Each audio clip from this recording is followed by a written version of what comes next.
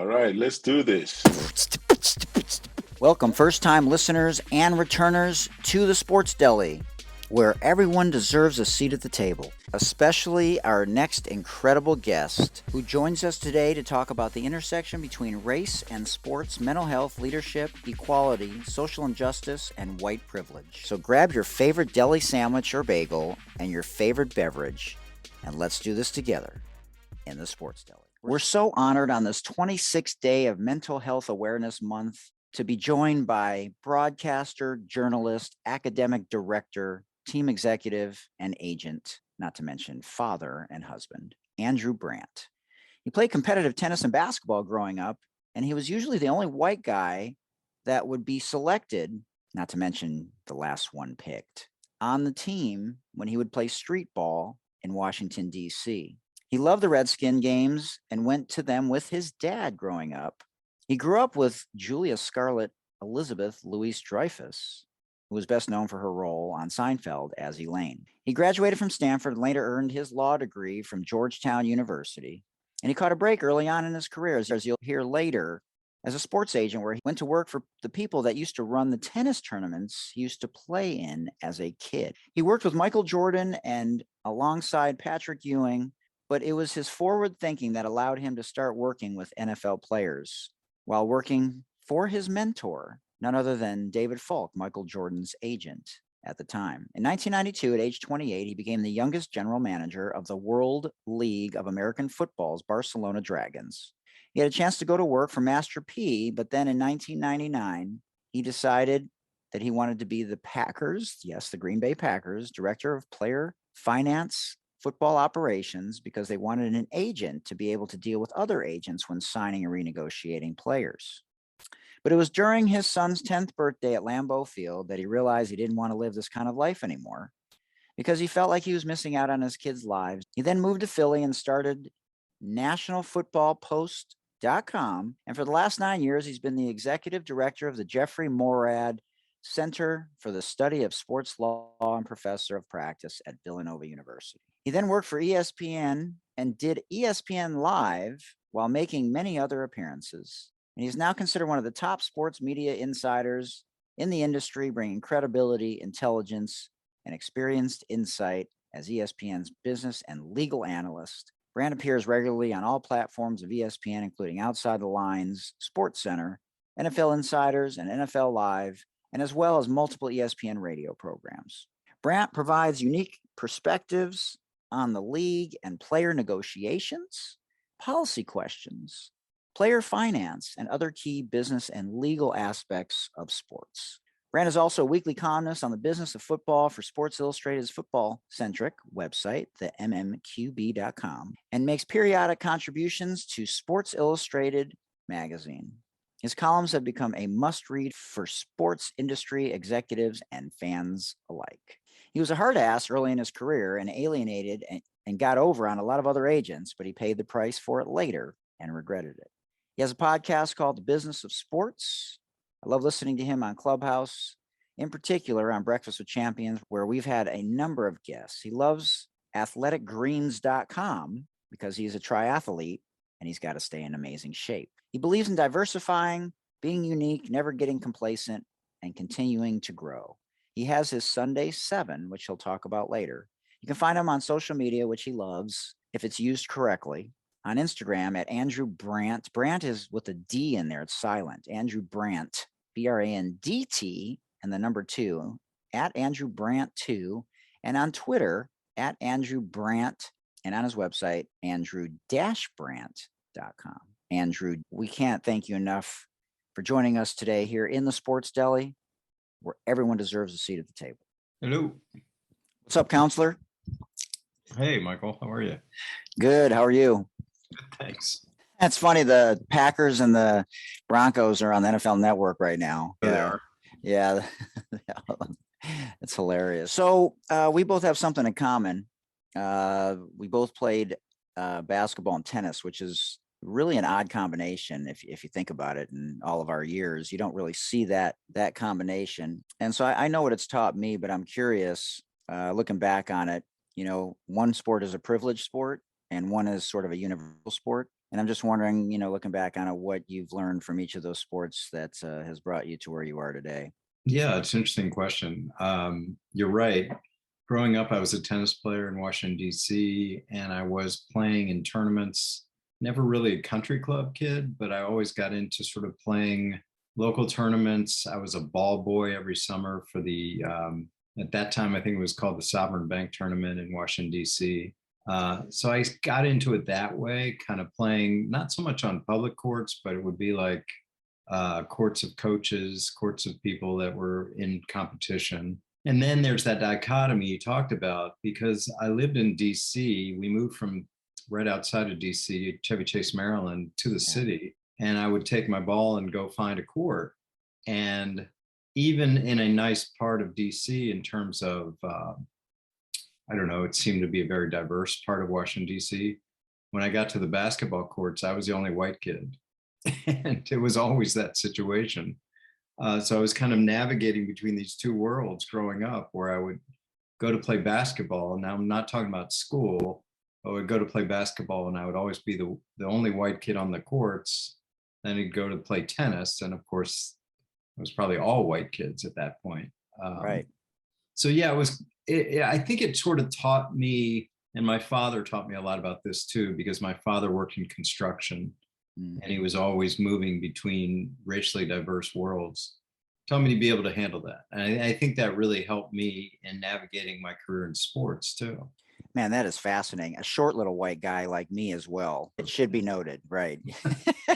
I tell this story that one of my moments and great moments in life, you have these moments.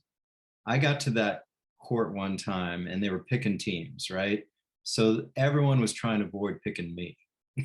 So one team just had to, like, okay. And so all of a sudden, I'll never forget as long as I live, I get the ball and everyone's backed off. No one's covering me, but I drive and I go around three guys and I make a great layup and the game just stops. It just stopped.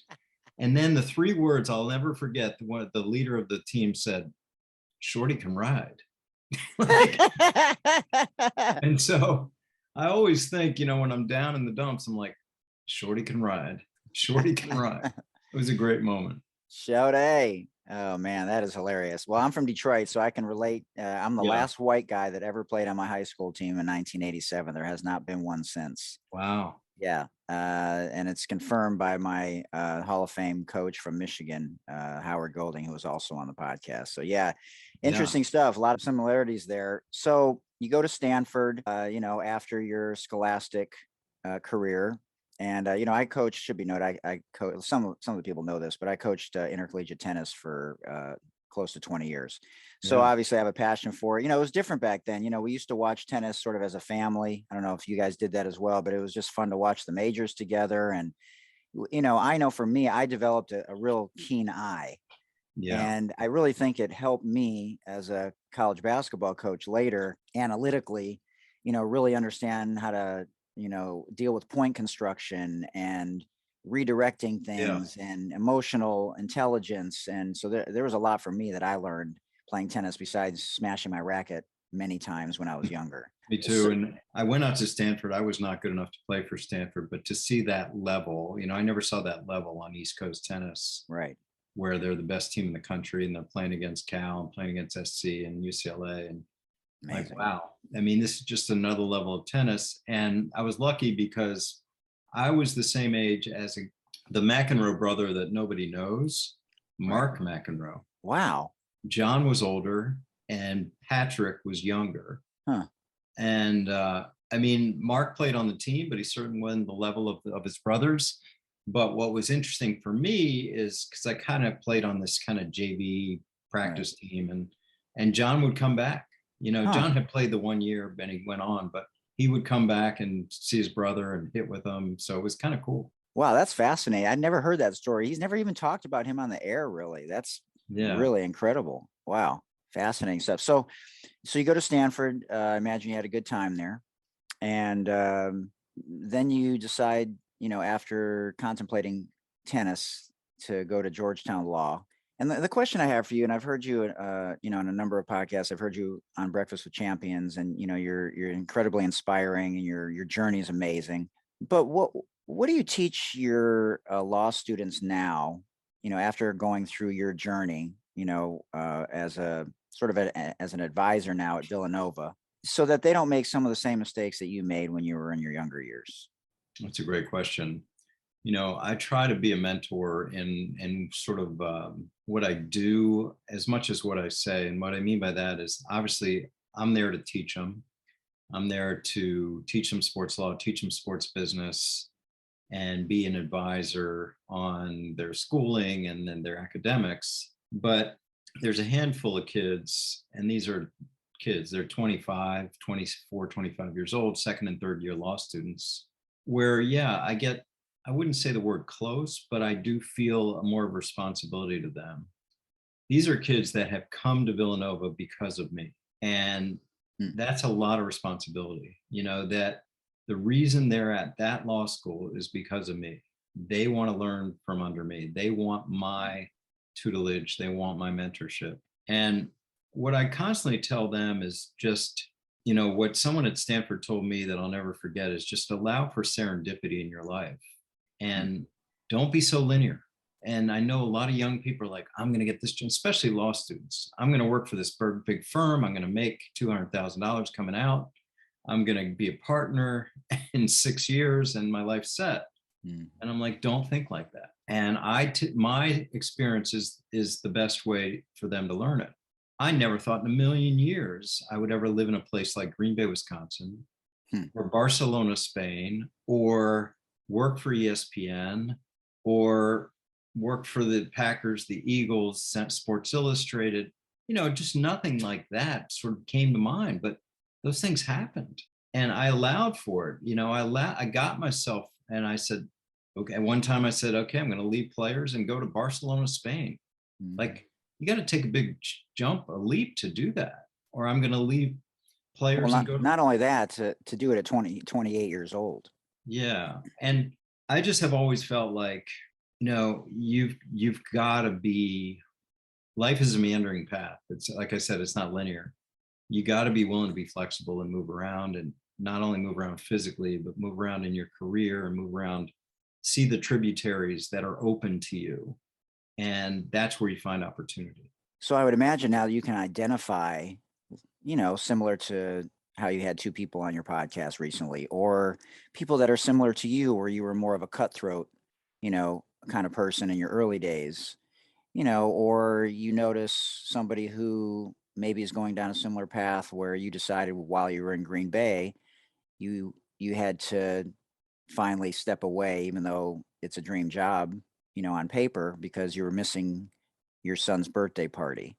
Yeah. And you didn't want to, have to navigate those spaces anymore, because especially in the younger years, as you and I both know, being parents, those are the ones that you really want to be a part of. So, having said that, we've had Jay Billis on, we've had Kelsey Trainer, we've had, Craig Escherick, we've had a lot of lawyers on. Yeah. And it can suck you in, whether you're in the sports space like me as a college basketball coach, or as, an agent when you were working for David, and, Michael Jordan was, something that you were navigating early on in your career, and then later football players, you created a space that wasn't, in a niche that wasn't something that he was, privy to, and you really took off from there in your art of negotiation. And so I'm just curious, from that perspective, as I asked you earlier about what you learned from those two sports, looking back on it, why are you a better advisor now because of things that you've gained and lost? It's a great question. And I'm glad we are talking on the heels of two of my students interviewing me. We just thought I'd do a different podcast for my podcast. Yeah, it was awesome. I appreciate that. I think, you mentioned David Falk. One thing I didn't talk about with them that I'll share here is that you learn from your mentors, and hopefully those kids and a lot of mothers are learning from me as a mentor about how to operate, how do you live your life, what's important. David Falk may be one of the best negotiators in the history of sports, but I could never do that. I could never be the way he was Mm. which is a little more dogmatic in negotiations, a little more taking leverage and using it in a hard way, where he always had the leverage of the best player in history. So he had Michael. And the way he used Michael to get things for other players was so advantageous Mm. to those other players, but I could never do that. For example, we're in a negotiation with, I forget the team, it might have been San Antonio Spurs, and we're stuck, we're at loggerheads on this player. I won't name the player. Mhm. And at one point, David says to the head of the Spurs, if we don't get the number we want here, I just think, maybe Michael's going to be sick that one night a year he plays the Spurs. And I'm like, what? I'm thinking to myself, what did he just say? And our adversary is just like, what did you just say?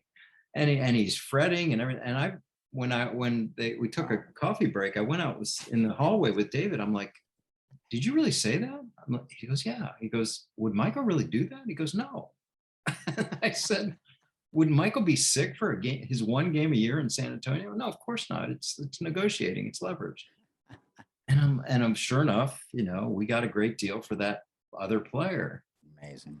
I could never do that, Right. and I think I'm a pretty good negotiator, but I would never sort of go there. It just wasn't a way for me to operate. And you sort of pick up things along your way in life. I picked up a lot from the guy who hired me in Green Bay, Ron Wolf, Yeah, Ron. who was just a different kind of leader. He didn't say a lot. Mhm. There'd be times, all these football people, they're in their element when they're in a dark room looking at film. Yeah. And there'd be times, he'd let me sit with him and it would just be quiet and I'm looking over in the dark, maybe he's asleep. And then he just says something like, oh my God, he's right. Where some little thing about a defensive end coming off the edge and look and making this, I'm like, wow. And he's like, that's rare.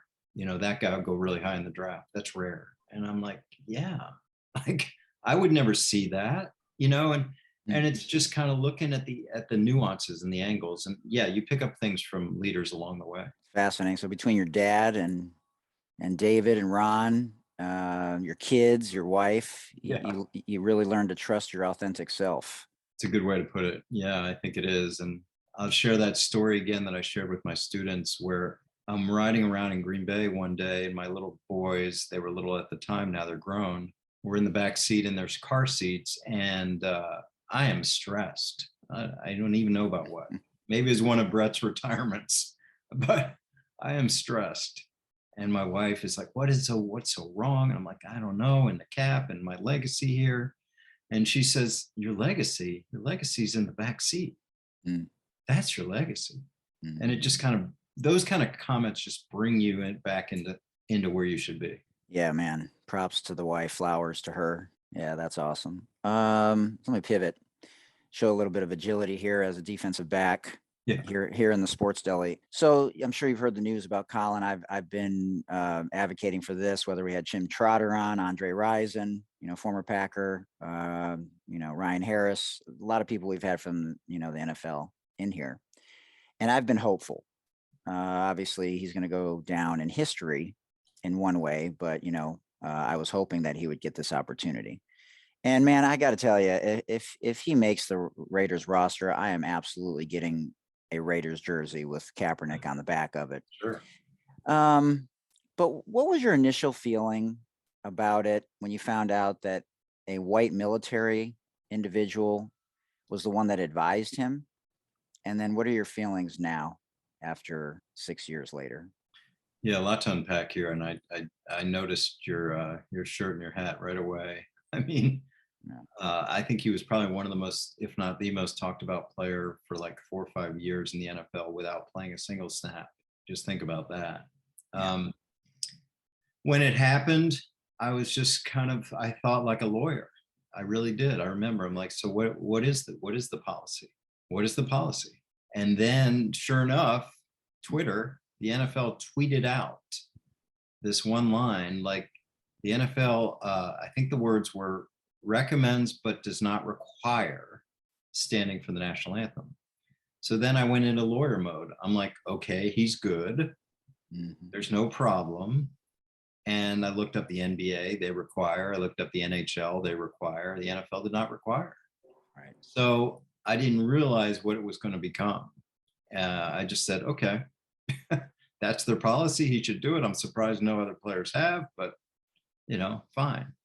And then it became this whole different thing. I was with ESPN a lot of that time, Mhm. Mike, and I got frustrated because what happens in media is they were telling me all the time, let's go do this hit, let's go do this hit. It's going to be about anthem protests. And I would say to the producers, it's not really about anthem protests. It's about inequities and it's about brutality and it's about unequal treatment. And they'd say, no, anthem protests. That's what'll sell. That'll get us ratings. And then it just became this whole thing. And I covered it into collusion suit and I covered Mhm. his one-day tryout in Atlanta. And it was just a feeling like this had become something, I don't know, divisive. And as everyone now knows, it was extremely divisive. Fans flamed by the former president. And then that week in 2017, where owners and players locked arms. But I said at the time, this is great, but this won't last.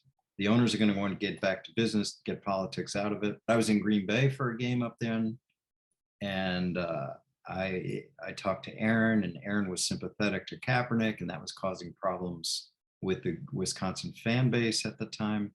Mm. So I guess what I'm saying is he's a polarizing guy. I'm not sure exactly why, because he was doing it within policy. It was never about the anthem. Right. And as you said, he consulted with military about it, and this became an anti-military thing somehow. So I don't get it. Spinning it to present, I am hopeful, like you are, that they sign him. I don't think they will. I think from a football point of view, I don't think anyone can name the last player. I certainly can't. That signed at 5 years of not playing. I Mm. just don't see that happening. Do I think he's one of the, say each team has three quarterbacks? Do I think he's one of the best 100 quarterbacks in the NFL? Yeah. But teams, as you know, are not going to sign second or third string players that have stuff around them. Like for your second and third stringers, they're just faces.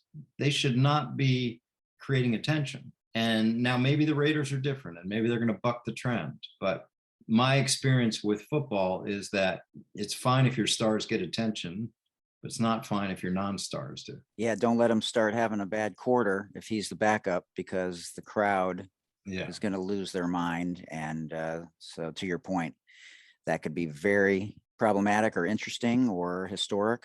We won't know that until we find out how his trial. I'm sure his tryout's going to go fine. It's just a matter of whether or not they want to move forward, Right. because he's obviously very talented. So let me ask you now, to the present moment, because I've been very critical, if you've vetted me at all, about uh, retired and current white quarterbacks who have not used their platform in a way where I feel like they should be, from the GOAT to Troy, Tony, Aaron, even though Aaron at least paused during an interview semi recently and said that, to your point, that he is sympathetic and at least mentioned it.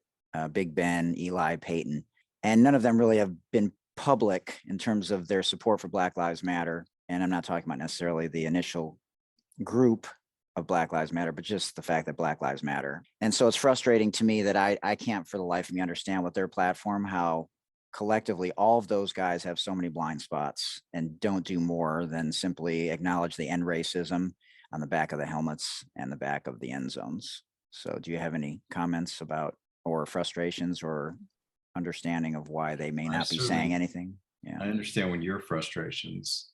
And now I sort of put on my agent hat. Yeah. And if I'm representing one of these top players that have such a following, that have such a marketing profile, that have such an endorsement profile, I have to say I get it.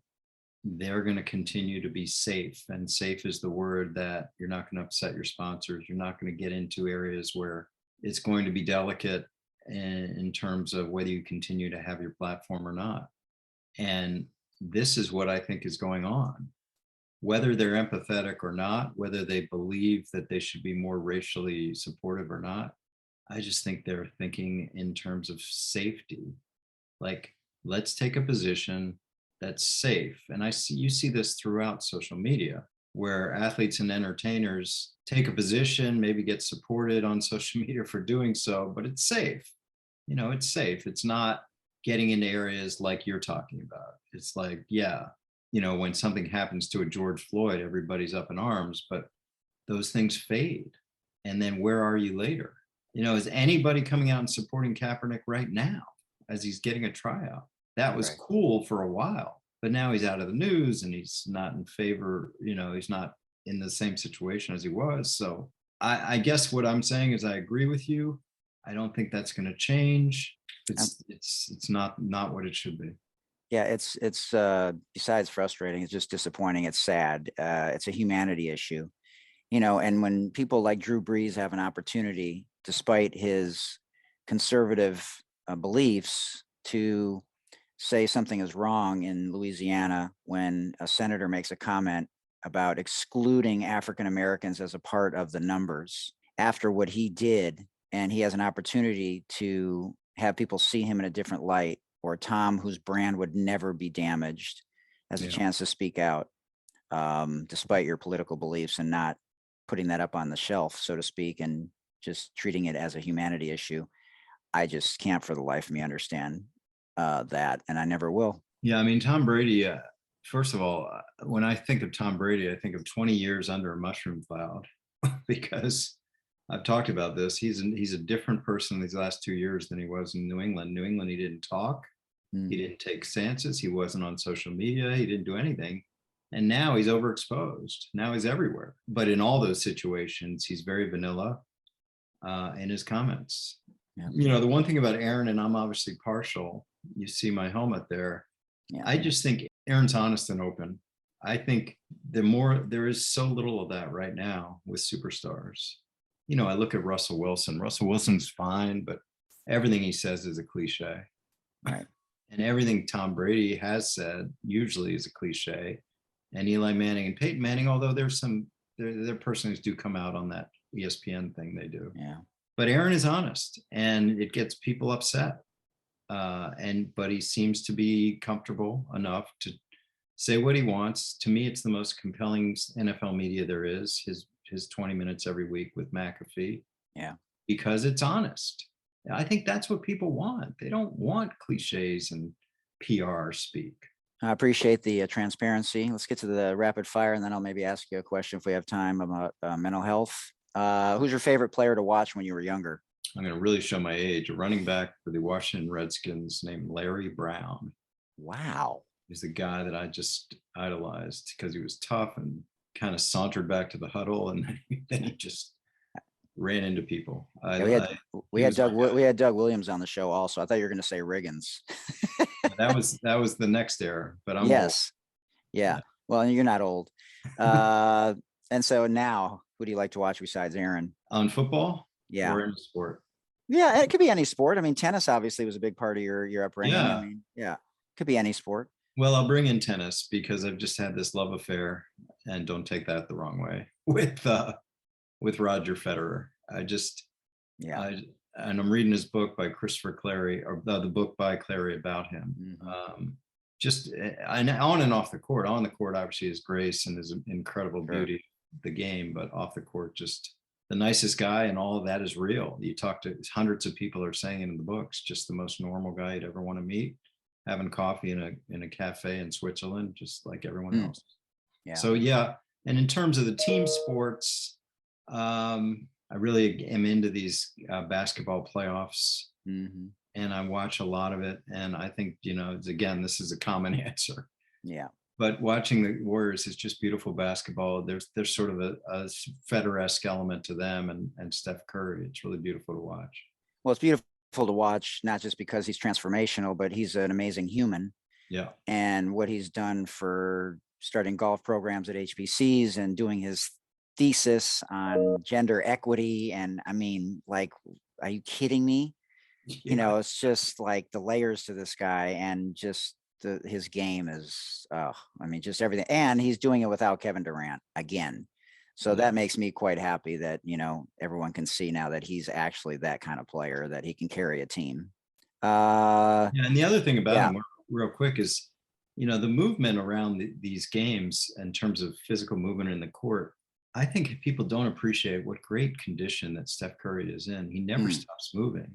right. He just, obviously, we all know he just needs an inch to get off a three-pointer, but the way he just continues to move, you don't see that with other players. No, you don't. Tiger Woods or Jack Nicklaus? Tiger Woods. Stanford, of course. Hmm. Jerry Maguire, Remember the Titans. Jerry Maguire. Everyone asks me about that movie. Is it realistic? And I say it is, but just imagine being in that business and having 20 of those clients instead of one. How tough a business that is. Yeah, we had David Meltzer on too. He was great. Do you like hydro flasks? I don't even know what that is. Like the things where you put the water in, they're trendy now versus like a water bottle in the old days. It keeps it cold for like 12 hours or hot. Yeah. I'm probably not the most environmentally correct. Water bottles, ladies and gentlemen. Yeah, there you go. The old school, one. yeah. That's great. Okay, a couple more real quick. This is from, I do triathlon, so I support my local tri shop. That's amazing. Brent Musburger, will we ever have another legendary announcer like him?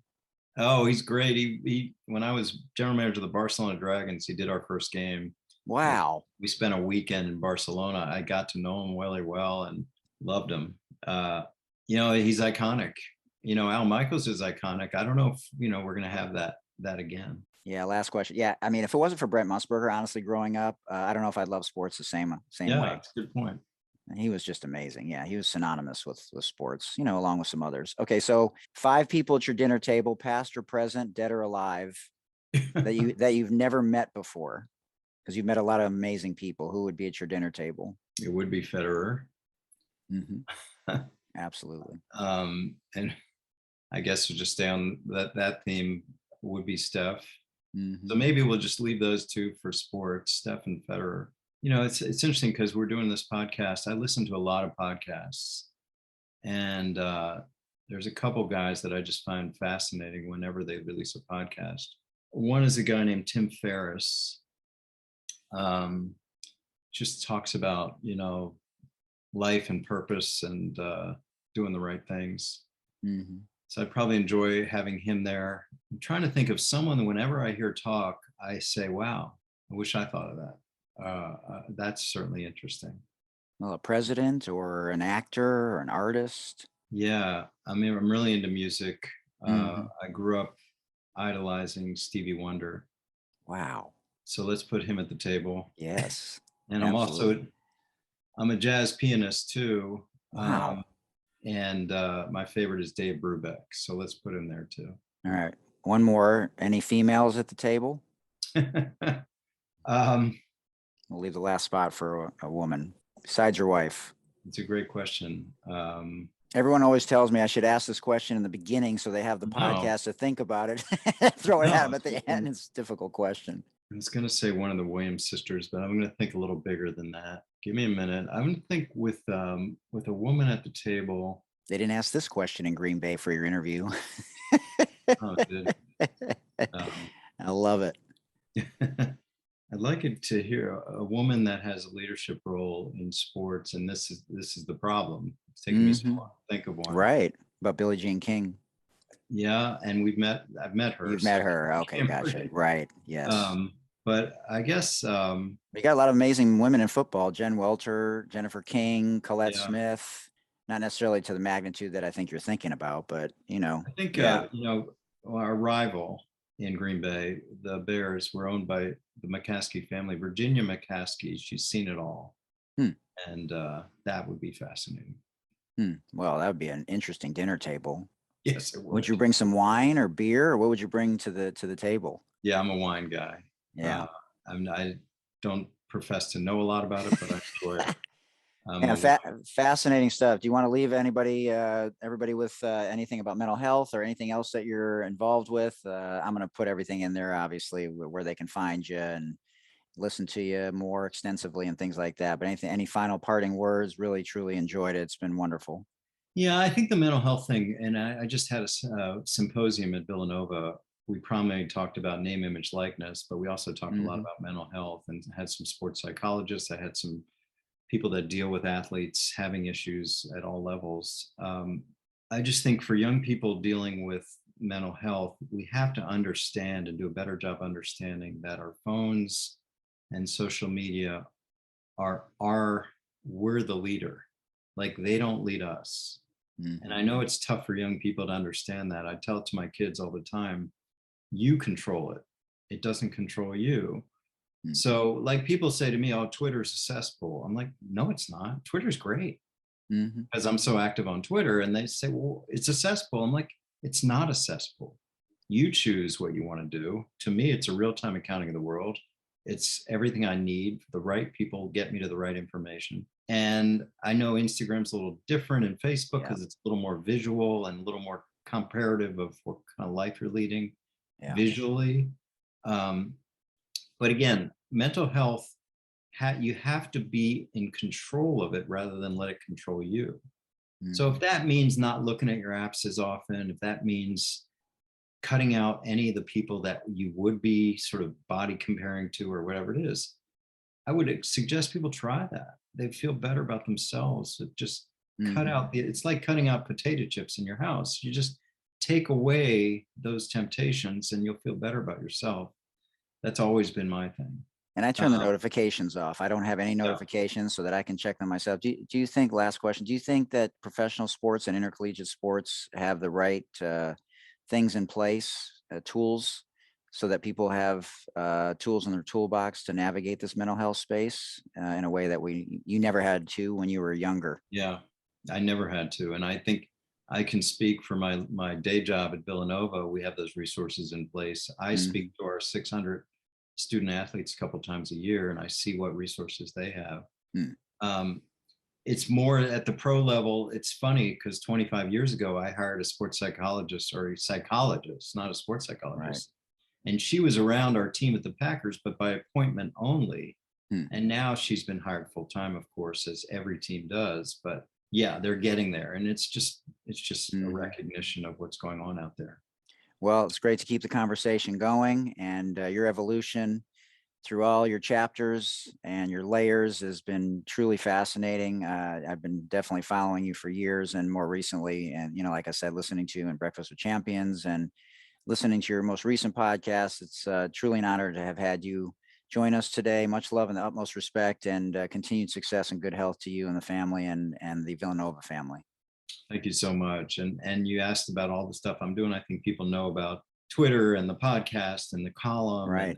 But I am very excited about my newsletter. It goes out every Sunday morning. I've added this premium site.